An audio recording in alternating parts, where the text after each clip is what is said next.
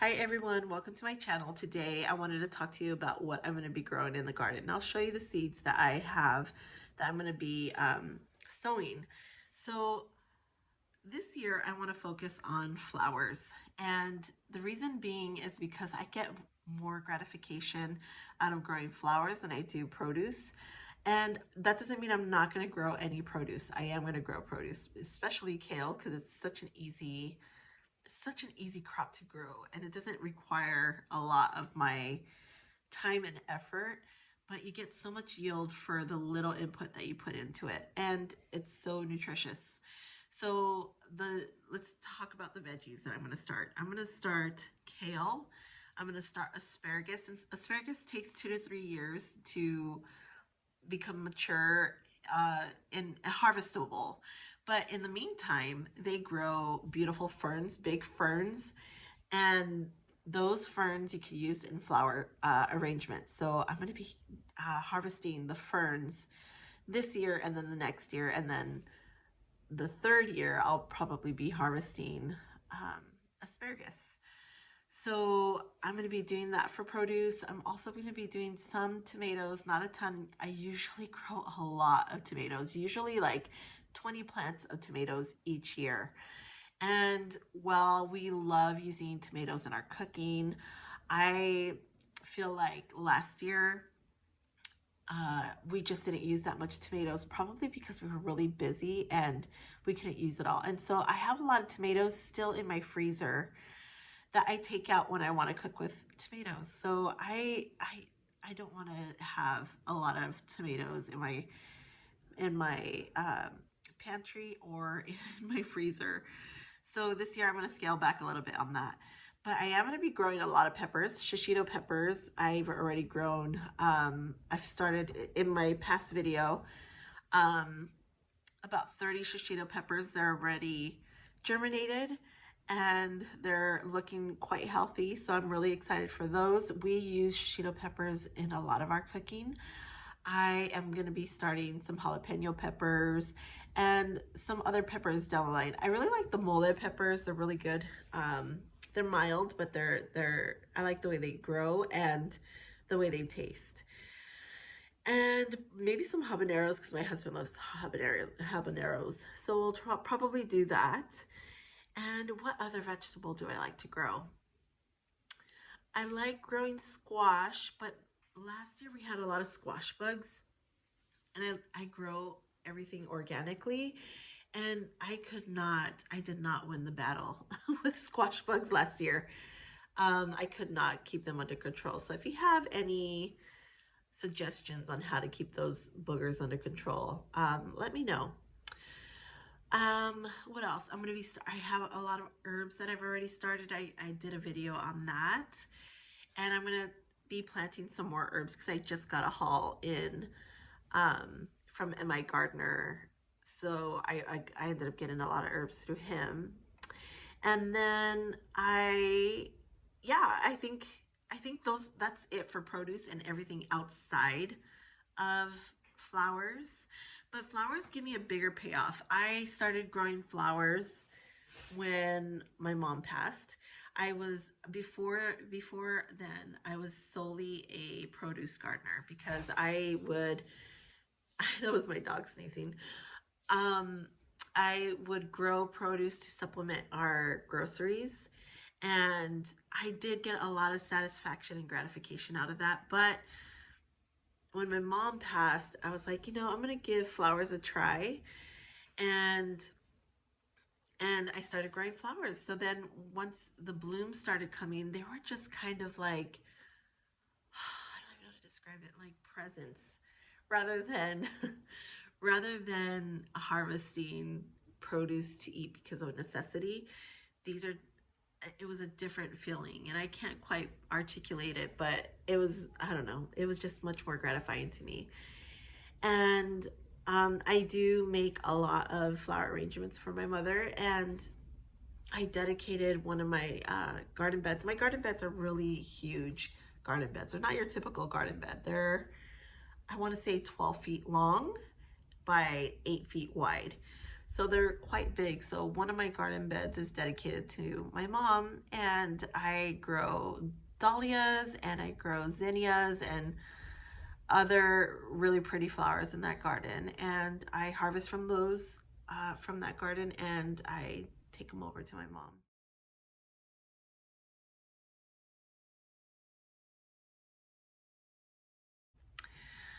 Um, what else?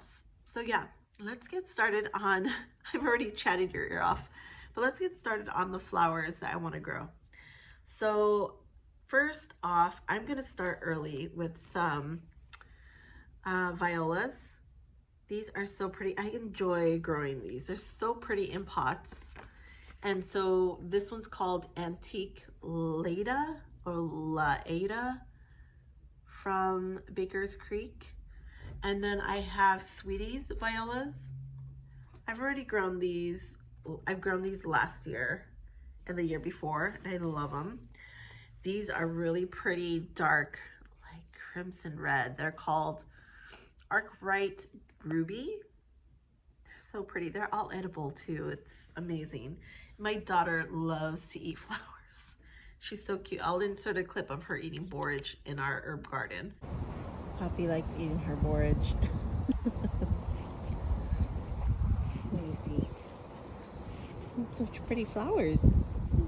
You like the way they taste? Yeah. Do you like the way it tastes? Mm-hmm. I do. Do you want some white strawberries? Yeah. Here I have some trumpet mix pansies. And if you know the difference between pansies and violas, let me know, because they look exactly the same to me. These are super Beaconsfield right here. And then I have Coronation Gold. I have Brushstrokes Viola pansies. Those are really pretty. They're quite striking. And this pansy mix is called Historic Florist Mix. And then I purchased some kale. So I got Dazzling Blue Kale. I grew this last year. It's prolific. It's great. Still from Baker's Creek. And then I got Scarlet Kale. It's purple. And I also, this year, I purchased Amaranth Dreadlocks. This I saw off of Roots and Refuge, and this looks so pretty. She just like very quickly, like in passing, recorded this, and I thought, oh, this is so gorgeous. I need to do this. I need to grow these this year. So I got that. And then I also got stalks. This one's called Chanter Alto Red. I thought those were beautiful too. So I'm excited to grow those. I'm going to be growing a variety of stalks. I'm going to be growing some foxglove as well. So these are biannuals, meaning the first year it's probably just foliage, and then the next year that's when you'll see the blooms. But hopefully I'll be planting it early enough to get blooms. We'll see. I don't know. And I'm also going to be growing, these are from Floret, the zinnias, the Oklahoma salmon. Now I bought these, I don't know, like in 2023. I bought these in 2023. I also have the other variety, and I grew these last year. Binary Giant Salmon Rose. Ooh, I'm not sure which one I loved the most because I can't tell them apart. Well, I can. One of them is a small zinnia, and the other one is a huge, beautiful, it like grows like, I'll insert a picture of what I'm talking about. They have like a ton of petals, and then they have like an ombre effect. But it's layers, and then when they get older, when they start maturing, they start getting like a gradient color, but it's just beautiful.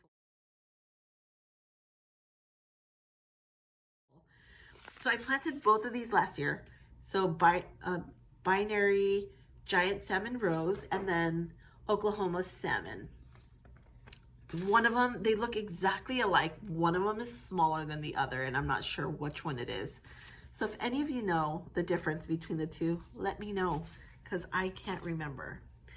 Then I'm going to be growing Foxglove Alba from Floret. I got this a while back as well, 2023. And I also wanted to try growing some moonflowers.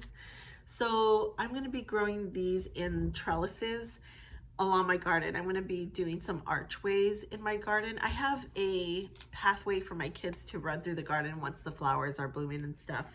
It's stone in the gardens because, again, they're big garden beds, and it has lidded pathways so the kids could just run through. I think gardens should be magical, and I so love the fact that my kids are growing up with gardens and they experience every sense the garden has to offer, right? Tasting, eating and tasting, seeing, hearing. I'm probably leaving a lot of senses out because my brain isn't quite working the best right now because I'm sick. But they get to feel every aspect of the garden, and that's such a magical, rich memory for me as a kid, because I loved everything nature and I would just drink it up. So I want my kids to have that sense as well, because we're very nature minded in my household. So yeah, I think that's just special. Anyhow, I'm going to be growing some arches in my garden so that I can make the experience that much more magical. So moonflowers, and I have I'm going to be growing a lot of different flowers. So you'll probably be noticing, like, where is she going with all these flowers and all these tones? I'm going to be growing a ton of flowers because I'm going to be selling a lot of flowers this summer, and I love color variations. So I'm going to try to focus on keeping everything, all of the flowers. Usually when I do a lot of colors, it looks kind of chaotic, and I hate that. But this year I'm going to be doing the colors in kind of a monochromatic way in the garden, and it's going to be the color palette's going to be rainbow basically, but I'm going to keep all of the same colors bunched together, and different varieties are going to be together, but they're going to be the same color palette in each section of my garden, if that makes sense. So yeah, so anyways, I have many hollyhocks I'm going to be growing. I have this one's called Mixed Giants, and then here I have the Watchman. That one I thought was really pretty. I think these grow quite large, but this is an heirloom variety. And here I have Charter's double mixed hollyhocks as well. And I have some Canterbury bells. I've never grown these, so I don't know what their growing pattern is, but I thought they were really cute, so I thought I'd give those a go. And I also wanted to grow some butterfly pea blue queens, and this is from Baker Creek as well, and I thought I'd give those a go. I love tea. I love this type of tea as well. I buy it off of Amazon dried, and I think it's so beautiful. It's just like a blue tea, and it's gorgeous. So I want to grow these. I've grown these before. I grew them way too early, so they died really quickly. And then I direct sowed them last year. That didn't work because they got eaten up quickly by pests. So I'm not gonna direct sow them. I'm gonna sow them indoors probably 2 weeks before my last frost date, after my last frost date, and see how that goes. But yeah, so that is what I have going on for now. I'm looking forward for those, but I'm also going to be doing some echinacea. I really, really want to grow echinacea. I think I'm going to have my husband put in another garden bed or two so that I could grow just perennials in those garden beds. That'll come back year after year, but I am loving all the echinacea varieties that I've been seeing lately. There's this really beautiful crimson red one that I love. I don't know the name of it, but I'm gonna find it.